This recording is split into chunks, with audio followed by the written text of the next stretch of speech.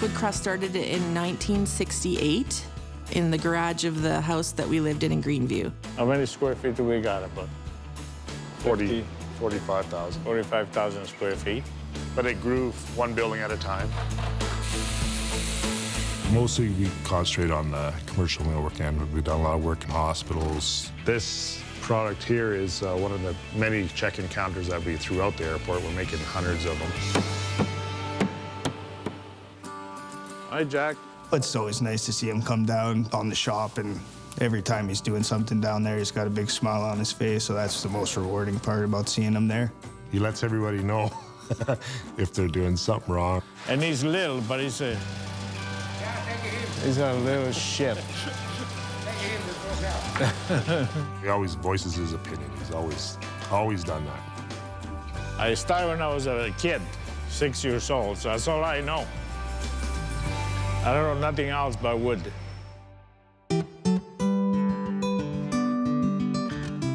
He's loved wood since he was a little boy, you know, like he started at a very young age learning about wood in Italy. My teacher used to bring these packages of caskets, and we used to build caskets in the shop. The first one I did it perfect, and he really liked it, and he was happy about it. The second one I did, I made a mistake on one piece. He was pretty tough teacher. His name was Tony. And I said, Tony, I think I made a mistake on this. He says, you're gonna get it, buddy. So I showed it to him. And he just went and slapped me right across the face. He says, before you do anything, he says, you make sure you do it right. So I learned.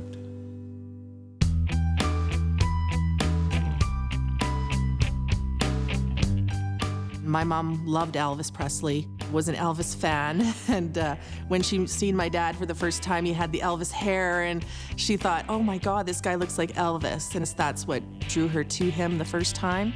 I was brought up strict Italian way where girls don't go out. And so my dad never let any guys near our home. He chased quite a few away.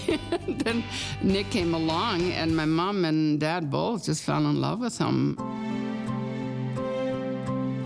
When me and my wife got married, I went to church with $50 in my pocket. That was it. When we got married, he said, there's two things in life I want to do. He says, I want to have my own business, and he says, and I want to build my own house someday. And he sees the end result before anyone else does, you know. He started in a garage when I was 6 months old. And then he slowly worked himself up to renting a little base somewhere. And then he built his first building in 1980. Nick didn't really go to school here in Canada, so he learned by experience and depended on me for the paperwork and teaching him a lot of the English. That's how we did it. We worked side by side. She was a really lot of help for me. And she's always backed me up.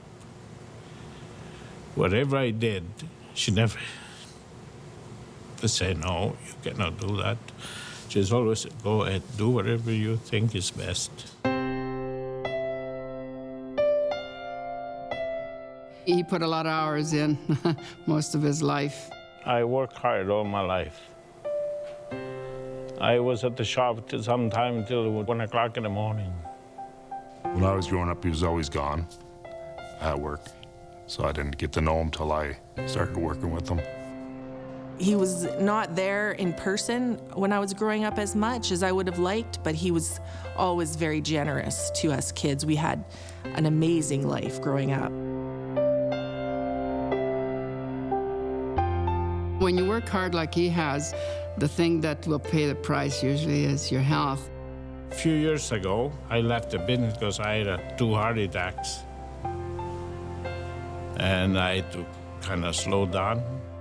We were pretty worried about his health, but it made us value the moments that you have with your family. It's just not all about work all the time. The benefit of being family, though, in business, I think when the need arises, you'll go the extra mile.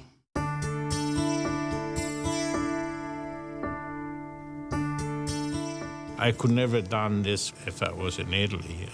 You can do whatever you want. If you put something in your mind that you want to do, you can do it here. Because look what I did.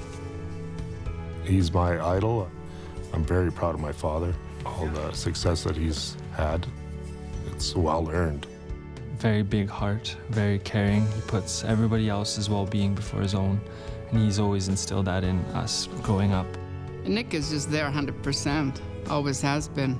He's always put me first, so even though I sometimes felt the business came first, but he did that to give us a good life, right? The kids are all good kids, and my wife, she's a good woman. He's kind of given me the backbone to be able to stand up for what I believe in, and I adore him for that. His family dedication is important, so I guess I've carried that on to my kids.